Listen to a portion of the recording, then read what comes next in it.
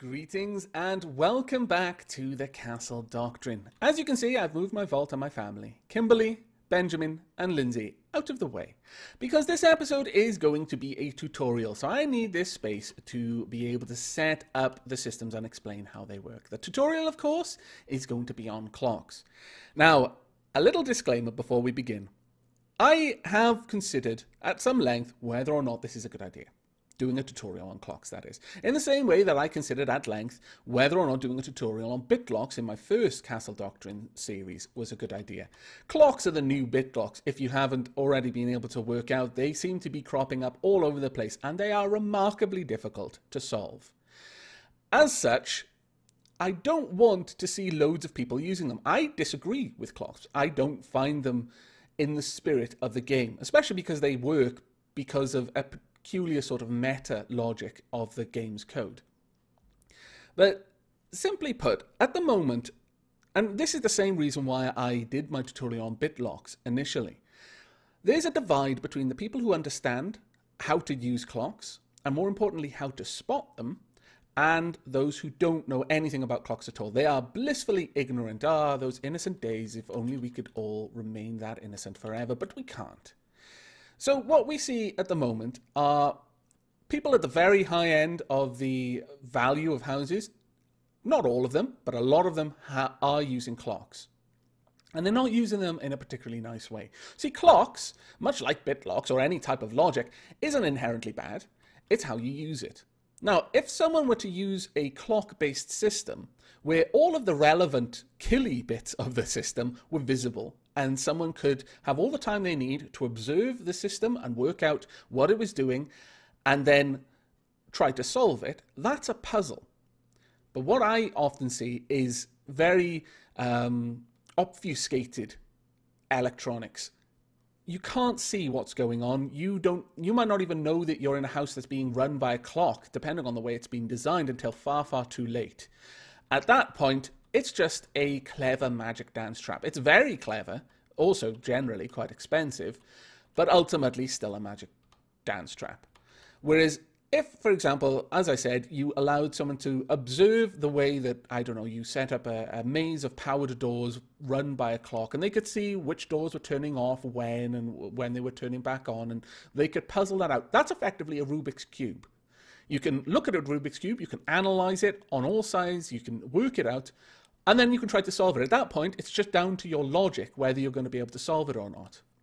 And that's a puzzle, a particularly enjoyable puzzle as it happens. But I digress.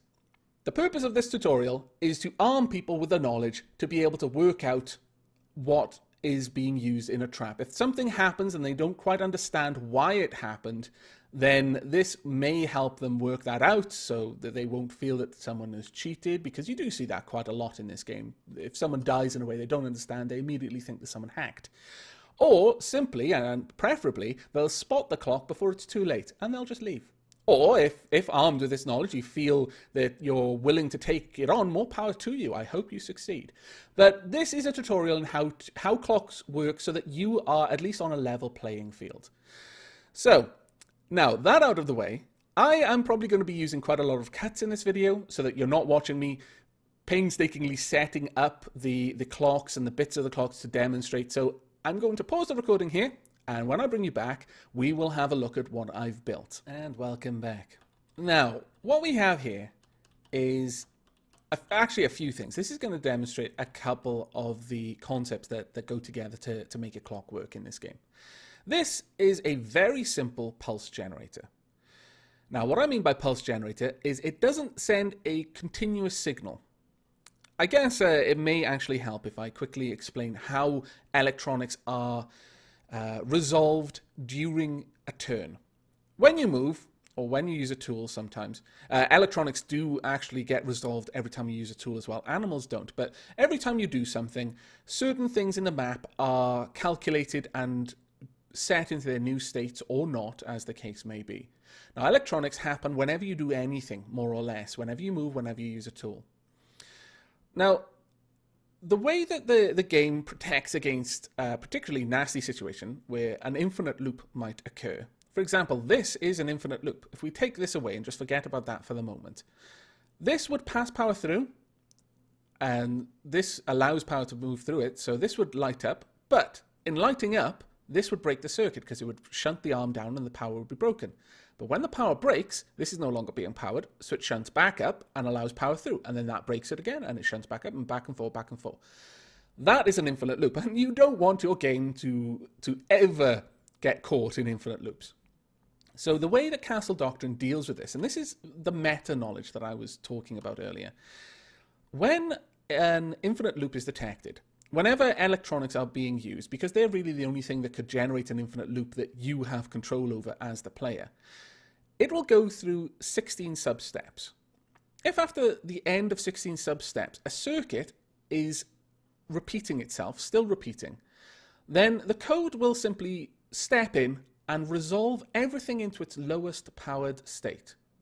Well, specifically it says the lowest seen state. Now, I'm not sure if that means if the only time you as a player, say you're a robber, enter a house and you see a circuit in its powered on state and never see it in its powered off state, whether that would mean something like this would resolve to having the switches turned on instead of off. I'm not sure, but for the sake of keeping this tutorial simple, let's just assume that it will always resolve electronics and devices into their lowest powered state. That includes wires, so the wire isn't transferring power.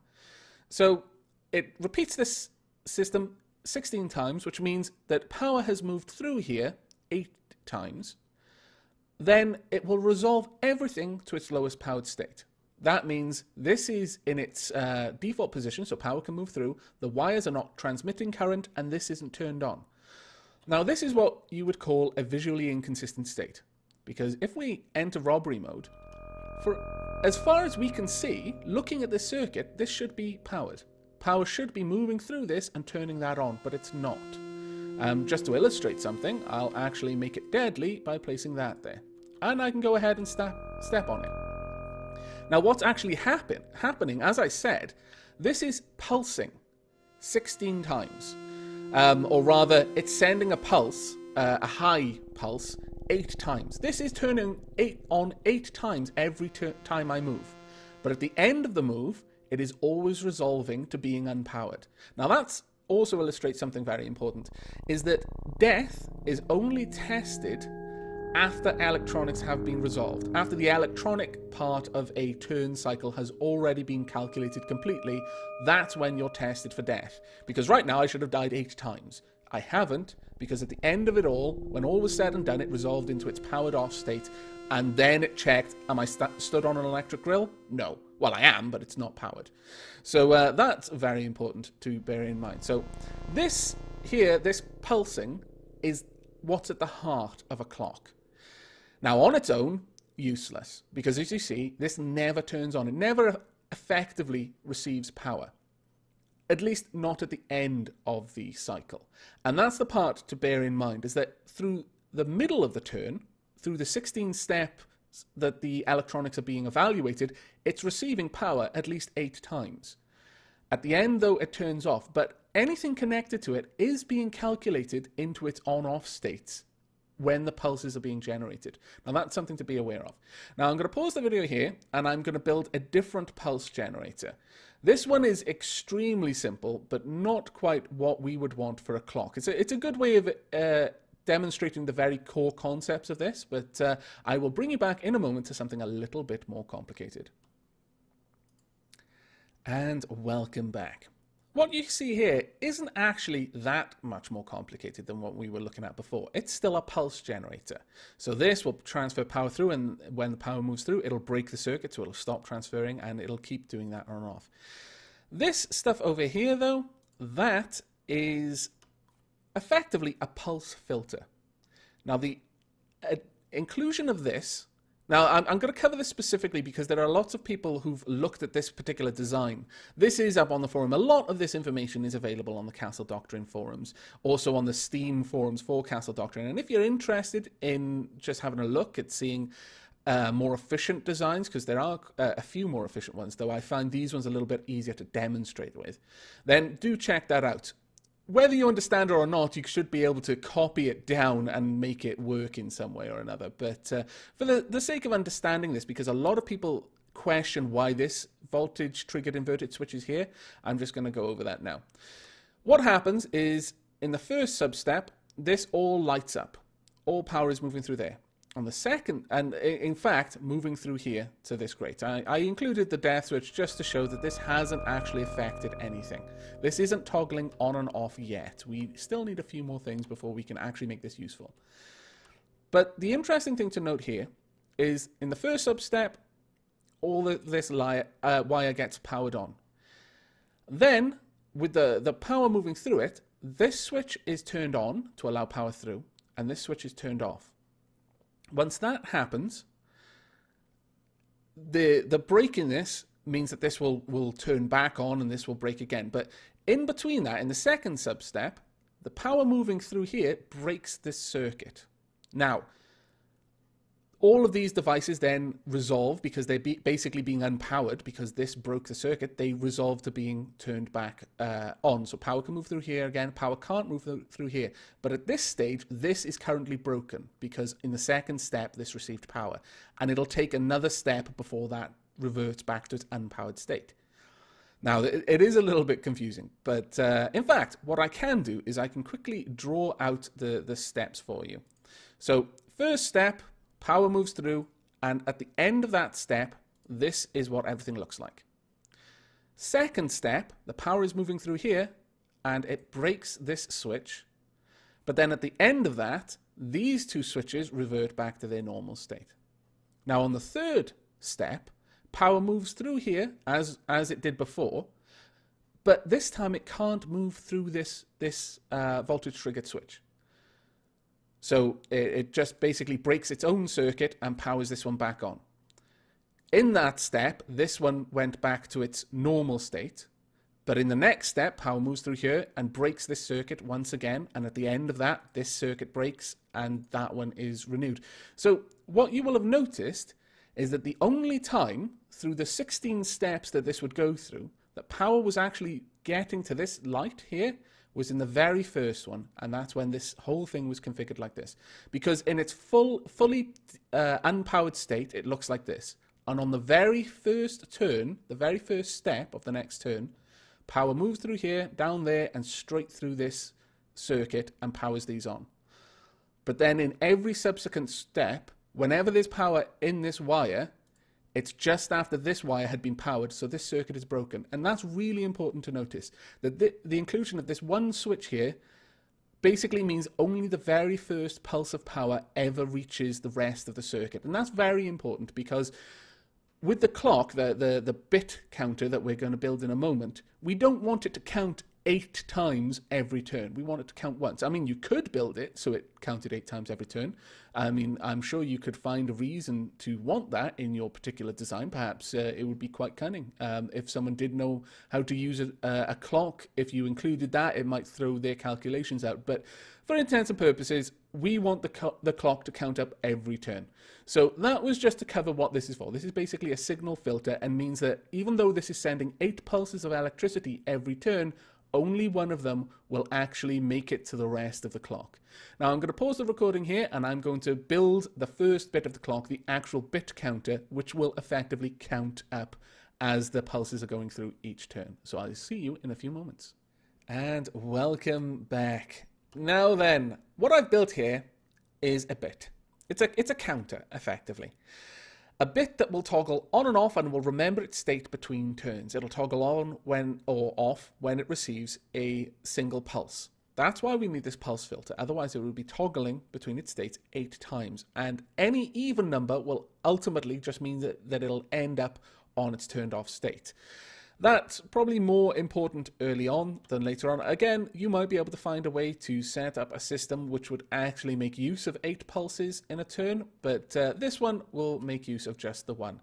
Now, to show you that this is actually working, there we go. Now, this would be true if I was stood there and used a tool, this would turn on. That's a really important thing to notice, because animals don't. From my experiments, and probably from what you've seen in my videos, you can burrow through a wall and the bulldog won't get closer to you. It'll only get closer when you actually move. So as you can see, this is actually toggling between states as I move. And this, which is receiving effectively power from the pulse generator directly, is always resolving to off. But it is still receiving power from the pulse generator. Or at least it will receive power from the pulse generator when this bit is turned on. Now if I move, that did get power 8 times, but resolved to its off state, when everything else also resolved to its new state based on its current power. So it's now broken the circuit. Now I moved, and in that move, this did not receive power 8 times, because that was broken until at the very end of the sub-steps, it resolved the position of all of the electronic devices. Now, this bit is effectively, with the pulse generator, that is your clock. It's not a particularly useful clock right now, because it'll turn on and off every turn, and although that can be lethal if someone doesn't expect it, it's not particularly clever yet. Someone, if they just observe it, will be able to work out when they need to step across, and they can choose the right moment. Whereas what you may want for a particularly lethal system, or just a good puzzle, which again, I stress, these should be used for good, not evil. They should be used for puzzles, not mind-bending magic dances. You want it to change on a different point, maybe every 2 turns, every 4 turns, every 8 turns. Every single bit counter that you add on changes that. So, for example, that one right now is receiving a pulse every turn. If we had a second one, because that one only receives a pulse when this is turned on, it misses every second turn from the pulse generator. So effectively, that one would turn on, or toggle rather, every 2 turns. And if you built another one, in fact, give me a moment and I will set this up, and I'll actually set up a couple of these bit counters and just demonstrate what I mean. And welcome back. Here I have added 3 new bits to this clock. Now, bits work in powers of 2, obviously, so this one toggles every 1 turn, this one every 2, this one every 4, this one every 8. If I added another in the sequence, it would be every 16, 32, 64, 128, so on and so forth.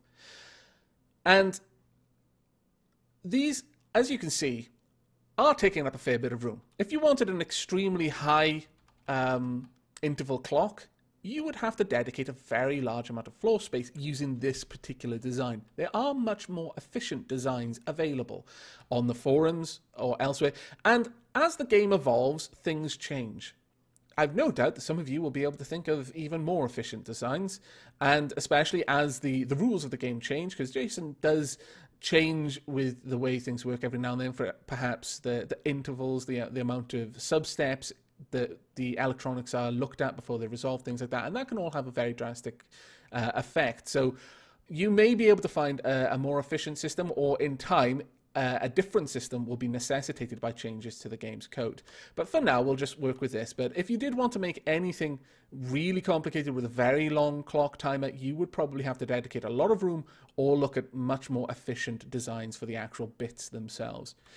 Now, to demonstrate this in action, let me just go over there. And as you will see, just moving around, in fact, I'll just blank out the whole system. So there we go. Now, it'll take 8 moves before this turns on. So 1, 2, 3, 4, 5, 6, 7, 8. There we are. And this will stay on for 8 turns. There we go.